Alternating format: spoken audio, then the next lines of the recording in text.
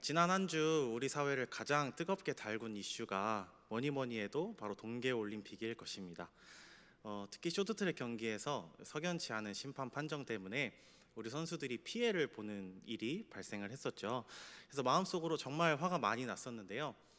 정말 중국은 왜 저럴까? 저 심판은 도대체 얼마를 받았길래 올림픽 무대에서 저렇게 할 수 있을까라는 이런 분노의 심정이 많이 차오르는 것을 느꼈는데요. 우리 성도님들도 아마 크게 다르지 않으셨을 것이라고 생각이 됩니다. 이 올림픽을 준비하기 위해서 선수촌에서 열심히 구슬땀을 흘리는 선수들이 많이 있는데요. 올림픽이란 그 선수들에게 그 자체로 안식일 것입니다. 올림픽 무대에 나가서 자신의 성적과 상관없이 자기 자신의 최고 기량을 펼치는 것 그 자체로도 선수들에게는 그 모든 힘든 훈련의 과정을 견뎌낼 수 있는 보상이 되는 것이죠. 아시는 분들은 아시겠지만 저희 아내가 선수촌에서 일을 하고 있습니다. 영양사로 근무를 하고 있는데요. 저희 아내에게 물어보니까 일주일에 선수 식당에 들어가는 식비만 해도 1억이 넘는다고 합니다. 일주일에. 사진을 잠깐 보시면 한 끼에 제공되는 음식이 정말 다양하게 준비가 되어 있고, 우리나라에서 구할 수 있는 가장 최고 품질의 식재료로만 요리를 해서 선수들에게 제공을 한다고 합니다. 저였다면은 만약에 이 화면에 나와 있는 음식들을 한 번씩 다 먹어보려고 욕심을 부리다가 국가대표의 자리가 아마 위험해지지 않았을까라는 생각이 드는데요. 보시면 일반식도 있지만 체중 조절식도 있습니다. 그래서 우리 선수들은 자기가 최고의 기량을 펼칠 수 있게끔 알아서 조절하면서 그렇게 먹는 것까지 노력을 하면서 이 올림픽이라는 무대에 나가기 위해서 노력을 한다고 합니다. 그래서 이 올림픽 무대가 그 자체로 이 선수들에게 하나의 안식이 되면서 소망의 대상이 되는 것처럼 이스라엘 백성들에게도 그 자체로 안식이 되면서 또한 소망의 대상이 되는 것이 있다면 바로 조상 대대로 하나님께서 그들에게 주시겠다고 약속하신 가나안 땅일 것입니다. 여호수아 1장 1절은 여호와의 종으로 그동안 이스라엘 백성을 이끌어오던 모세가 죽었음을 선언하면서 시작하고 있습니다. 모세는 광야에서 하나님 앞에 죄를 범했기 때문에 가나안 땅을 밟지 못했고, 이제는 여호수아가 이스라엘 백성을 이끌어서 그들의 리더가 되어서 그들을 가나안 땅으로 인도하는 책임을 맡게 되었습니다. 그리고 하나님께서는 이전에 모세와 함께 하셨던 것처럼 여호수아 너와도 함께 하시겠다라고 약속을 해 주셨습니다. 하나님이 함께 하시는 여호수아에게는 두려울 것이 없습니다. 그렇기 때문에 담대하게 선포합니다. 가나안 땅을 차지하기 위해 전쟁을 준비하라라고 외치고 있습니다. 왜냐하면 가만히 앉아서 기다리고 있으면 이 가나안 땅이 저절로 이스라엘 백성의 땅이 되는 것이 아니기 때문이었습니다. 이스라엘 백성은 담대히 가나안 백성과 맞서야 하고 그들과 싸워서 그 땅을 차지해야 합니다. 그러나 그들이 담대하게 맞서는 그 순간 하나님이 그들보다 먼저 행하시며 그들을 도와주신다고 하나님은 약속하고 계십니다. 그런데 한 가지 문제가 있습니다.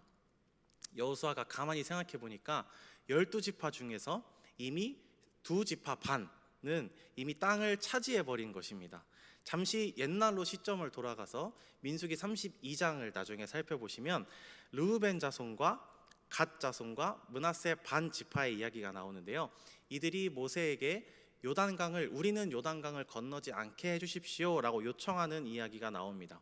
왜냐하면 32장 1절에 보니까 요단 동편의 땅 야셀 땅과 길르앗 땅을 이들이 보니까 목축하기 좋은 땅이었기 때문이라고 성경은 밝히고 있습니다.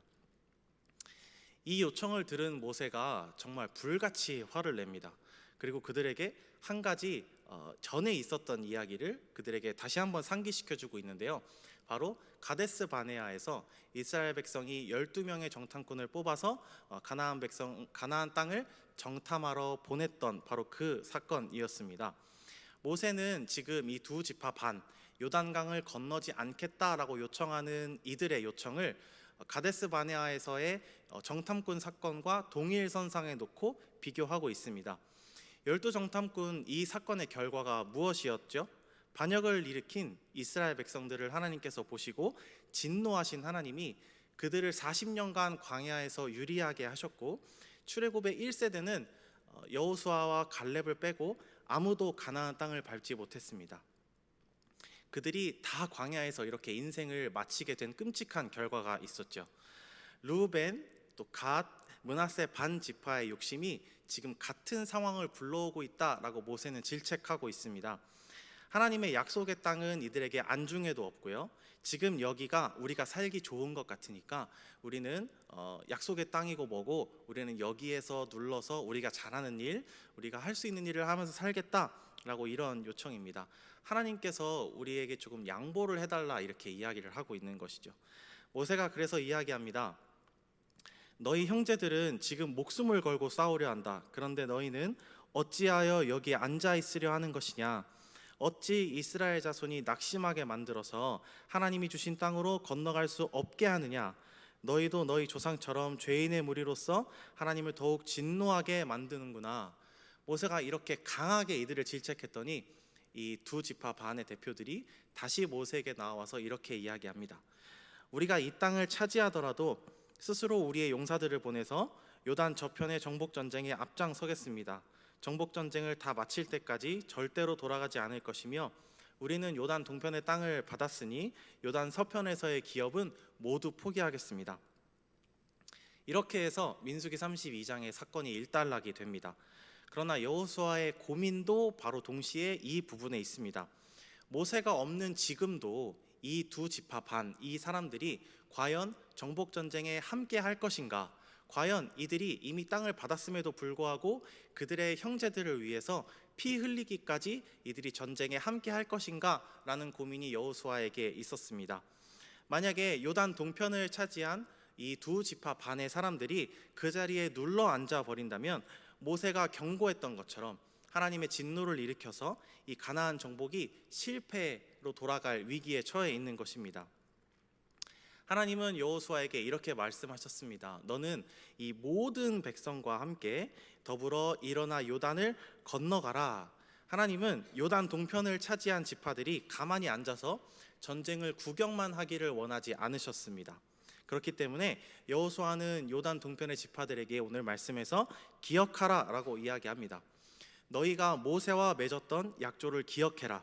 하나님께서 너희의 패역한 요구에 화를 내지 않으시고 너희에게 요단 동편의 땅을 주셨던 그것을 기억하라. 그 다음에 여호수아는 이렇게 이야기합니다. 여호와께서 너희를 안식하게 하신 것 같이 너희의 형제도 안식하게 될 것이다. 오늘 말씀을 준비하면서 가장 우리 성도님들과 핵심적으로 나누고 싶었던 단어 중에 하나가 바로 하나님이 주시는 안식입니다. 안식은 지난 광야 생활 동안 이스라엘 공동체의 아주 오랜 소망, 간절한 소망이었습니다. 애굽을 나와서 광야를 헤맨 지 이미 40년이 넘는 세월이 지났습니다. 그 40년의 세월은 이스라엘 백성에게 절대로 안식이 아니었죠. 출애굽의 1세대들은 하나님이 주시는 안식의 땅인 가나안을 바라보았지만 하나님을 신뢰하지 못하는 죄를 범했기 때문에 안식의 이응도 찾아볼 수 없는 광야에서 모두 생을 마감하였습니다. 그러나 이 세대는 아버지 세대와 달리 하나님의 은혜를 입은 세대입니다. 똑같이 죄를 범했지만 이들은 하나님의 은혜로 가나안 땅에 들어갈 수 있는 오케이 사인을 받은 세대였습니다. 하지만 가나안 땅에는 하나님의 이 뜻을 거부하고 끝까지 저항하려는 움직임이 있습니다. 그렇다면 이스라엘 민족이 택할 선택지는 바로 하나이죠. 그들을 힘으로 제압하는 것입니다. 그래서 전쟁이 일어나게 된 것이죠. 가나안 땅에서의 안식은 이스라엘 백성 스스로의 힘으로 얻을 수 있는 것이 아니었습니다. 정치, 경제, 군사, 문화 모든 부분에서 이스라엘을 앞서는 가나안 민족과 싸워서 이기고 땅의 소유권을 차지하기 위해서는 절대적으로 하나님의 도움이 필요했습니다. 그리고 하나님은 그들을 도우시겠다고 약속하고 계십니다. 그렇다면 여호수아가 이야기하는 이 안식은 가나안 원주민과 전쟁을 벌여서 승리하면 이루어지는 그런 안식일까요? 성경을 자세히 읽어보시면 그렇지 않다는 사실을 알 수 있습니다. 사실 이 여호수아서는 이 기독교 역사에서 가장 잘못 해석되어 온 책 중에 하나입니다. 중세 시대에는 십자군 전쟁이라는 아주 큰 역사적 사건이 있었습니다. 유럽의 기독교인들이 보기에 그때 당시의 예루살렘은 이슬람 세력이 점령해버린 잃어버린 성지의 땅이었습니다. 그들은 이슬람 세력으로부터 이 예루살렘을 회복하기를 원했고, 그래서 이 여호수아서에 나오는 이 개념을 이용해서 그들의 전쟁을 정당화하고 침략을 했습니다. 그런데 그 전쟁의 결과는 어땠습니까? 어마어마한 인적, 물적 자원을 쏟아 부었지만 끝끝내 예루살렘을 이슬람 세력으로부터 자유롭게 하지 못했습니다. 결과적으로 실패로 돌아간 전쟁이었죠. 근래에는 이 식민 지배를 하는 제국주의자들이 이 여호수아서를 이용해서 자기들의 식민 지배를 정당화했습니다. 프랑스와 영국 같은 이 강대국들, 자기들은 이스라엘 백성이고, 그리고 아프리카와 아시아에 있는 나라의 민족들은 가나안 백성들이다라고 이렇게 프레임을 씌워서 그들의 침략을 정당화하고 식민 지배에 나섰죠. 그러나 이것들은 성경을 잘못 해석했기 때문에, 잘못 이해했기 때문에 일어난 정말 말도 안 되는 그런 일입니다. 여호수아가 백성에게 선포하는 안식은 누군가를 정복하고 그 위에 군림해서 얻을 수 있는 안식이 아니라 신실하신 하나님의 약속이 이루어지고 우리가 믿음으로 그 안에 있을 때에 누리는 안식이기 때문입니다. 함께 전쟁에 참여하자는 말을 들은 이 르우벤, 갓, 므낫세 반지파, 이 지파의 반응이 어땠는지를 살펴보도록 하겠습니다. 오늘 본문 16절과 17절에는 이른바 삼콜이라는 것이 등장하는데요. 우리 화면을 보시고 16절과 17절 화면에 나온 만큼 같이 읽어보겠습니다. 시작!